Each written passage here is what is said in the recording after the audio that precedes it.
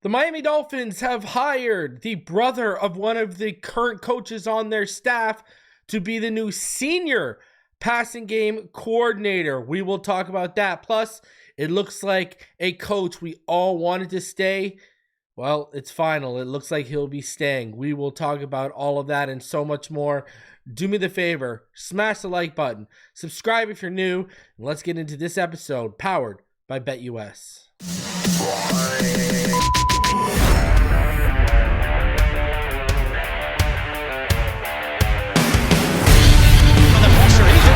Loses the football. Touchdown! Got it! You have got to be kidding me. Jalen Waddle has a Dolphin touchdown. And he will score! Field down the near side, man open. Touchdown!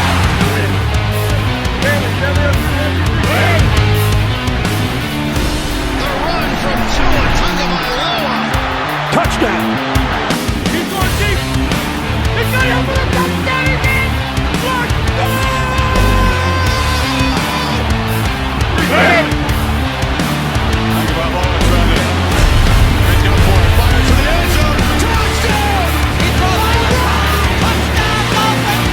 Beautiful day to be a Dolphin fan. Let's go!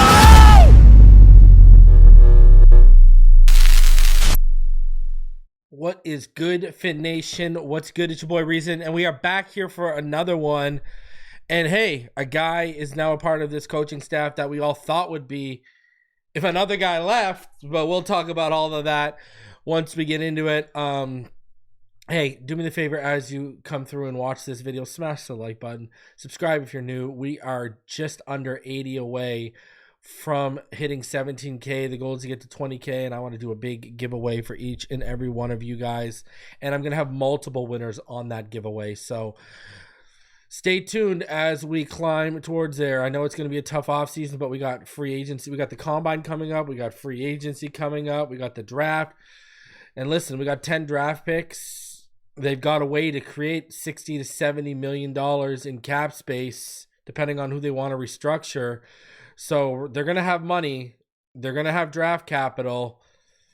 Like I said, this is just going to be an offseason where they basically need to have like a 90% hit rate. You know, I said 80 to 90%. It's probably got to be closer to 90. You got to get everything right, you know? So we'll see how it goes. And then we need what hasn't been able to happen for years. Even before McDaniel, we need guys to stay healthy. So we'll see. We will see how this, but it all starts with the offseason. You know, Howie Roseman talked about it after they won the Super Bowl. Winning a Super Bowl or even winning a playoff game starts with the offseason. So here we go. Let's go. And now we know certain people in that building got their back against the wall and could be in the unemployment line next offseason if they do not get things handled. So it's going to be interesting to see how calculated, how strategic, how crafty every move is. And I will say this, the dominoes are starting to fall their way a little bit. Now, one of the dominoes that's still up in the air, but it looks like they're trying to mend the fences with, is Tyreek Hill. I mean, I guess shout out to Tyreek Hill. I mean, this thing is still going down with his OnlyFans model, and now he's basically saying that he has a fetish for tall women. Shout out to him. You know, like this guy, you know, it said, quote, you know, how the boys just be kicking it and you'd be like, hey, bro, I got the tall feel on my phone. I had to go get it. Hill said. Crazy. Like, can we not have a normal day in Dolphin land? Like, you know, this is just the circus sideshow stuff that we don't really need right now, man. Like, you know, is this going on in Philadelphia? Is this going on in Kansas City? Is this going on in Cincinnati? No, in Cincinnati, they're just talking about to the media. The only thing in the media is vying for guys to get paid. Shout out to Joe Burrow. You know, so it's just crazy right now. Oh my God, that South Beach lifestyle, man. I tell you, it's one other thing. But on the flip side, some good news, because we're going to talk a lot about coaching today. It does seem like Anthony Weaver is going to be staying in Miami. And Kellen Moore was signed on as the new head coach for the New Orleans Saints. Obviously, especially, it was already going to happen, especially after the Eagles won the Super Bowl. Kellen Moore, and it's going to be interesting. We're talking about the Eagles right now because we're going to have a tie into this, but Kellen Moore, it's interesting to see how he is now the New Orleans head coach, and that means Anthony Weaver will be in Miami. So we thought we were going to lose Darrell Bevell. At the last minute, the Raiders put in this crazy offer and made Chip Kelly the highest paid offensive coordinator, the same way we kind of did with Vic Fangio, just on different sides of the ball, to come back to the NFL. And they made him the highest paid OC, like we made Fangio the highest paid DC. And so now Bevell is staying. We were worried about Weaver because he was a candidate last year. Now, for all my Patreons and my channel members, they've got consistent updates from me behind the scenes where I had been hearing for time and time. Every time I would update them on Weaver, because I was hearing the same thing, which I would allude to you guys and drop hints to here on the actual channel. I was hearing pretty consistently that he was going to be back, and I was hearing that for a very long time. So he is back. That's confirmation. But listen, I wanted Weaver back because if you got to fire Mike McDaniel mid-season and you got to fire, like, at least, I know Reggie McKenzie's leaving, but Marvin Allen's still there, so Marvin Allen could step in for Chris Grier. If you got to fire Chris Grier and Mike McDaniel, I mean, there's options now. You've got, let's be honest here, you've got Anthony Weaver as a head coach option, and he can run the defense. Probably, he might promote someone to defensive coordinator by title underneath them. And then, you got Darrell Bevell as an option to be the OC if things, and the play caller. And we're going to talk about another option that's entered the room today because, man, a lot of head coaching, it's crazy. Like, think about it. We now have an offensive coordinator we got two offensive coordinators in the passing game. Like, it's assembling quite the staff on the offensive side of the ball, are we not, Mike? And yet Frank Smith remains around. So, hey, figure that one out, but let's get into it. And before we do, I want to shout out the sponsor of today's video, and that, of course, is BetUS. BetUS, right now, here are your next Super Bowl 60 winner odds. Eagles and Chiefs leading the way. Chargers up there, making the top 10. So there are your top 10 odds right now. Who do you think? Put in the comments, who do you think is going to win Super Bowl 60? Hell, what do you think the matchup's going to be for Super Bowl 60? Hey, the betting is not done with BetUS as your number one sportsbook and app. Listen, here's the thing. We got March Madness coming up.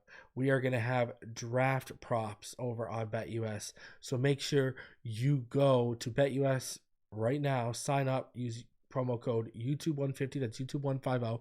Because you'll get your first 3 deposits matched by 150% up to $2,000. Shout out to BetUS for sponsoring the channel. Some of the quickest payouts in the industry. 24/7 customer service. Just remember, gamble responsibly. So the Miami Dolphins, as of Tuesday night, they went ahead and they made a big addition to their staff. Let's talk about it. Bobby Slowik, former Texans offensive coordinator, is joining the Dolphins as senior passing game coordinator.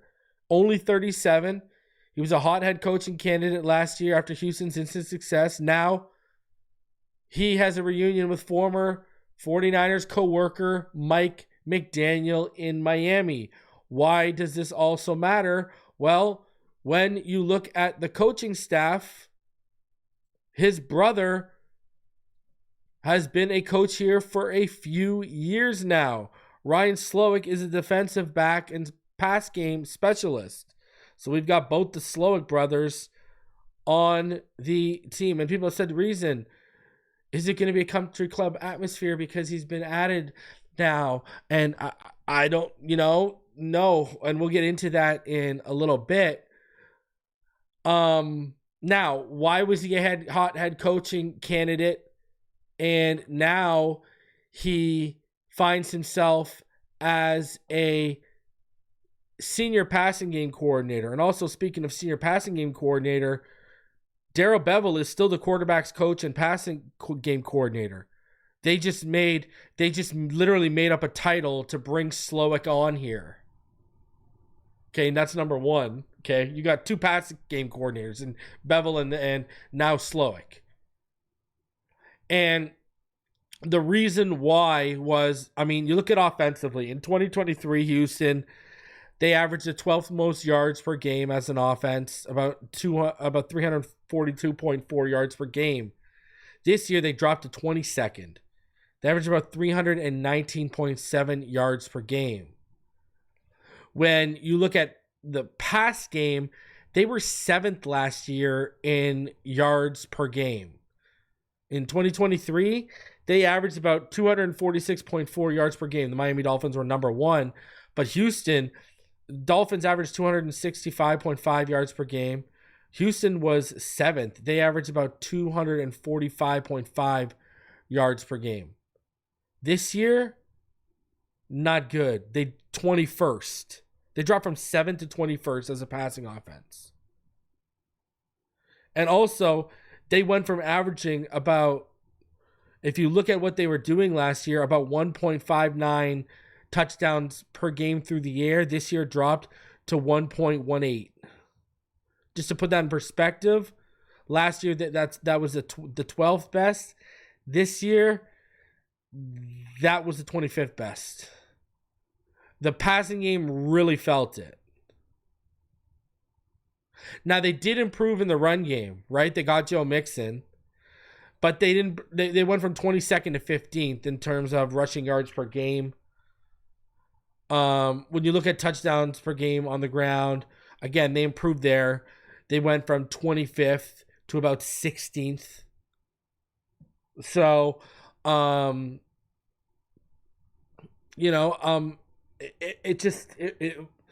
they fell off a cliff a little offensively. But then after Slowik got fired, a little bit more came out about the situation. Now, I'm just explaining why he's available. We're going to get into the good I see of this, but let's just talk about why he's available. I've heard people say, hey, reason, is he going to take it easy on Tua? Is he going to coddle Tua? No, he's not. And I've got video evidence. Now, this was from Lance Zierlein's podcast a few weeks ago after the firing of Slowik. And, people were wondering, like, okay, yeah, they fell off, but also Stroud had a little bit of a sophomore slump. Why was it so? Why did it seem like they were waiting in the wings to fire him? And apparently listen to this story. Anyways, listen to this. I'll tell you the whole thing now that Slowik's gone. CJ Stroud came to visit the Texans, and Bobby Slowik was telling them, okay, they were watching stuff on tape. Now, before I tell you this, when CJ was at Ohio State, he really didn't talk to the OC at all. He didn't think he knew ball. This coming from somebody who knows CJ intimately. He didn't think the offense coordinator was very smart. So he would only talk to Ryan Day. Ryan Day was the guy who had to communicate with CJ, which I didn't love that, honestly, before the draft process. And it played into some of my thoughts on CJ in terms of coachability. What I heard was that he didn't, like, his communication was Ryan Day and not the offense coordinator. Okay, well, that's a little strange, but whatever. He comes into Houston. Bobby Slowik is trying to tell him some stuff, and CJ just says, oh, yeah, I know that we call this, whatever, XY switch, whatever it would be at Ohio State.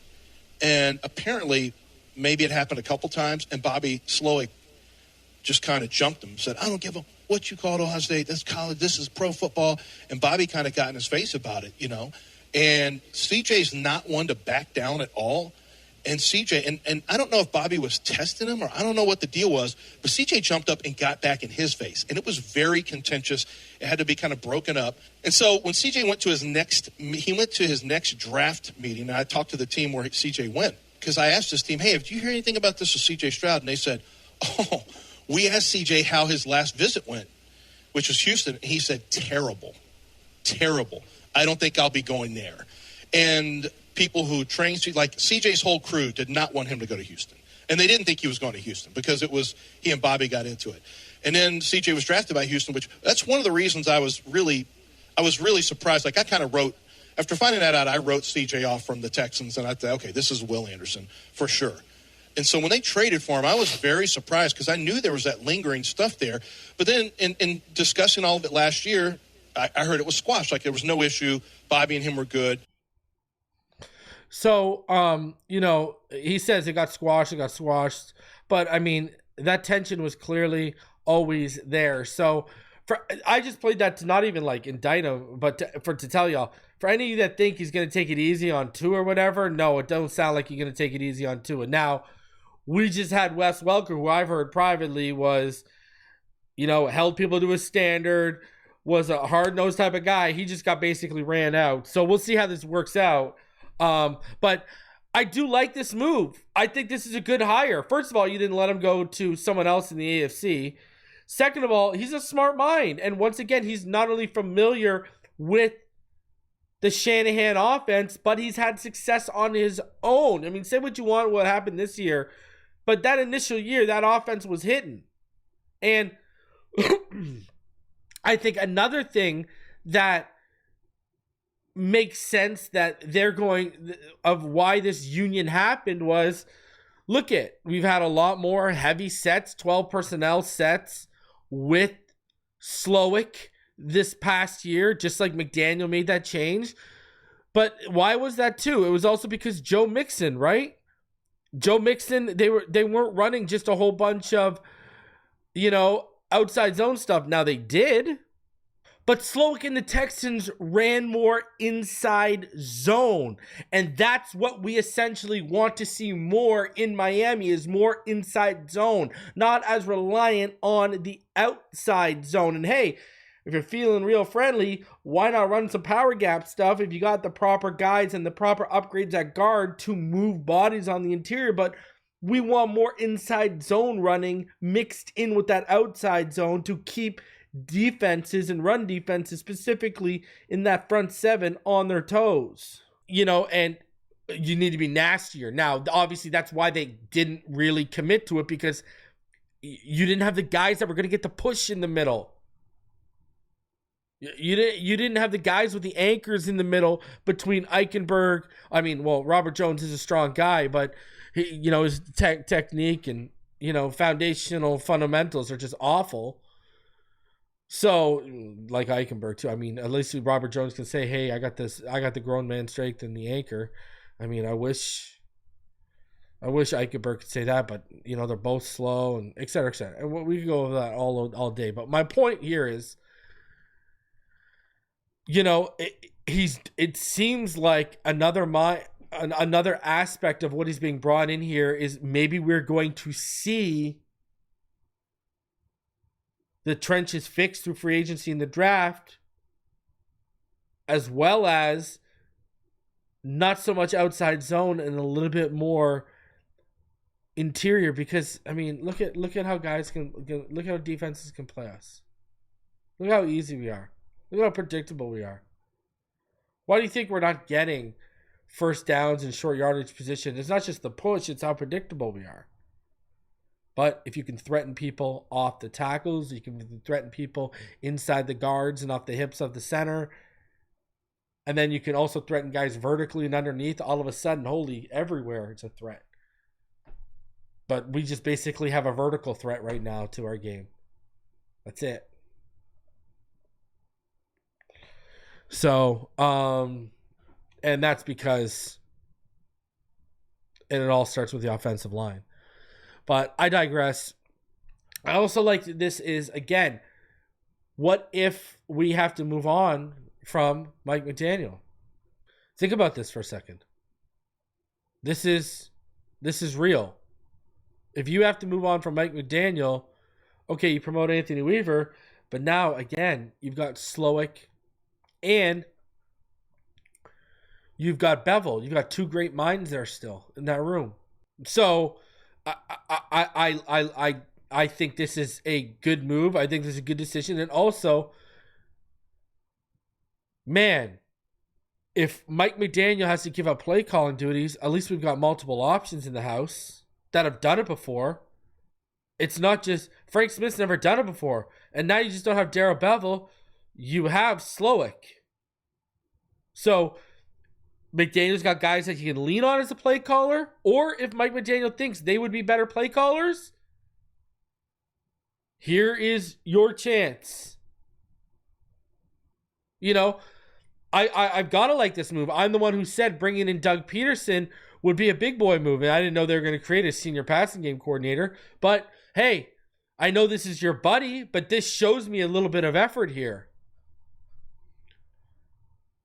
You know, I loved the Bevell move because you brought in a legitimate OC as the quarterback coach and passing game coordinator. You're bringing in a legitimate OC in now as a senior passing game coordinator. The way I look at it, you've got two legitimate OCs under you, Mike. But, you know, you're also lessening the chance of excuses. And here's the other thing that's got me thinking too.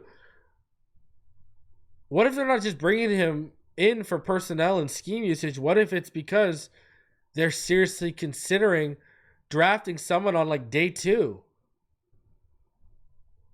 And when I did my top offseason priorities, listen, you know, I've said this before, the top quarterback options show and the top offseason priorities show. Kirk, you're not a starter. Why don't you come back up to it here? You know, and I'm going to be talking about, I know I'll be in Vegas next week, but I'll have a video dropping while I'm gone, and it's going to be about the quarterback position, and I think y'all are going to really like it. But to be completely honest with you, I like the Slowik signing. You know I played that stuff earlier, but I'm just showing you who he is and why we were able to gain a guy of that intelligence and of that OC caliber. Because I know, you know, listen, I know the whole bias with society. There's the recency bias, you know, but let's not forget how everyone was loving CJ Stroud. Before Jaden Daniels, CJ Stroud was the everyone who hated too in this fan base. They were crowning the second coming of Christ. Okay, let's not forget here. And Slowik played a big role in that. So I get it. Last year didn't go as planned or expected for them or us, but they got further than us. But again, much weaker division. Anyways, I digress. You can't be mad at this. This is this shows me a little effort, but again, let's see how this plays out. Because again, his brother's on the staff. There's the tie to Mike McDaniel. You know, this doesn't necessarily kill my whole thinking in theory that Reggie McKenzie got out of Dodge and accepted a lesser role than he interviewed for because he might know the hammer's coming down after this season. So, hey, listen, I can't hate it. I don't think anyone should hate it. The more the merrier, you know, as fans, whatever it takes to win, basically. You want to go collect the Avengers, or to be more specific, the Infinity Stones worth of, you know, offensive minds to get this right so we can snap the fingers and win a Super Bowl. Do whatever you got to do. And I will say this too, you know, a lot of us, especially me who pitched the idea of Doug Peterson, we were looking at him in the sense of, would he bring in someone like Doug Peterson, someone of that pedigree, because he views him as a threat? Well, he brought in another play caller. Now he's coming off an off year. And obviously the reviews of who he is as a person aren't going to be hot if you interview CJ Stroud. But hey, the reviews for Butch Barry, again, playing devil's advocate, being objective, the reviews for Butch Barry, the person, were not great. The stuff publicly and the stuff I heard privately coming out of Denver were not great. So, but hey, it's worked out here for whatever reason it is. Now, has it worked out in success? No, but hey, Austin Jackson did take a step forward in his game. He just can't stay healthy. Now, when we're just, Isaiah Wynn, when he was playing well, and the Connor Williams conversion from guard to center, those all really worked well in 2023. I mean, look what happened. Look what we did to Denver. Denver was the only game we had all 5 of our projected starting offensive linemen playing, right? We had Armstead, Wynn, Williams, Hunt, and Jackson, and we put a 70 burger up on the Denver Broncos. The problem is, none of those guys, by the time we got to the playoffs, Eichenberg was playing center because Connor Williams' career ended up being done not even a year later, and because of the injury he suffered that year. And Robert Jones was in for Isaiah Wynn. And Raheem Mostert, what happened? When we were rolling the table and had that really good record, again, we go back to the run game. See, everyone wants to say getting the offensive line right is an excuse for Tua. It's not an excuse for Tua. It never has been. Look at the examples I just gave you of when we had our offensive line right in 2023, the good old days, when everyone says we peaked. We had all 5 of our starters. But look at, I've said this before. How many 100-yard games did Raheem Mostert have after Isaiah Wynn got hurt? Goose egg, 0. And what happened? December was a shoddy month. And I've said this. Get the offensive line right, not just for Tua, but for the run game. And if Tua don't work out or if Tua gets hurt, the next guy up, you are taken care of, brother.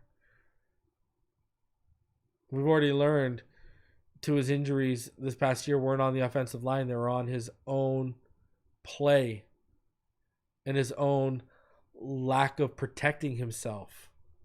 And we all paid the consequences. Him, the organization, the fan base who had to watch that season without him. But get an offensive line right. So, Skylar Thompson still got hurt when Tua went down. Let's not absolve them of anything, right? Not even to say Skylar Thompson was good, because I told y'all what he was when we drafted him. So, listen, and maybe Slowik is going to be another mind to help them get that offensive line right, because look at how that offensive line that they put together in 2023, especially in Houston. So, and then they got good players over there. So, hey, I'm not going to knock it. I'm not going to knock it at all. You added a coach. We thought we were going to lose Bevel and Weaver. We ended up keeping all of them. I mean, if you look at it, right? Weaver, he interviewed for the Saints head coaching job and the Bears head coaching job. Darrell Bevel, he interviewed for the Raiders OC and the Jets OC. And our outside linebackers coach, Ryan Crow, he interviewed for Patriots DC and Cowboys DC. All 3 end up staying, and we add a OC caliber to the passing game. Hey, if Tua can stay healthy, are we going to unlock another level? Is this a year where we see the 35 touchdowns? He's already thrown for over 4,600 yards, so is this year where we see 4,500 plus yards and 35 touchdowns? I don't know. But look at Joe Mixon was quietly a really good running back last year. And the commitment from Slowik to the run game, I think he's here. I think one of the reasons Slowik's here is to help them with this run game. I really do. So, listen, he didn't get it to elite, but you look at Mixon's year. Joe Mixon, he had a good year. CJ Stroud, he threw 3 less touchdowns and he threw 7 more interceptions. But when you look at Joe Mixon was featured. Joe Mixon was good when he actually played. You know what I mean? So he ended up playing 14 games and he had over 1,000 yards and 11 touchdowns. So let's see what he does here. Guys, smash the like button. Subscribe if you are new. I appreciate all of you for watching me. And as always, shout out to BetUS for sponsoring this video. I will see you guys on the next one. Until then, you already know what time it is. Fins up all day, every day. And until next time, have a splendid day.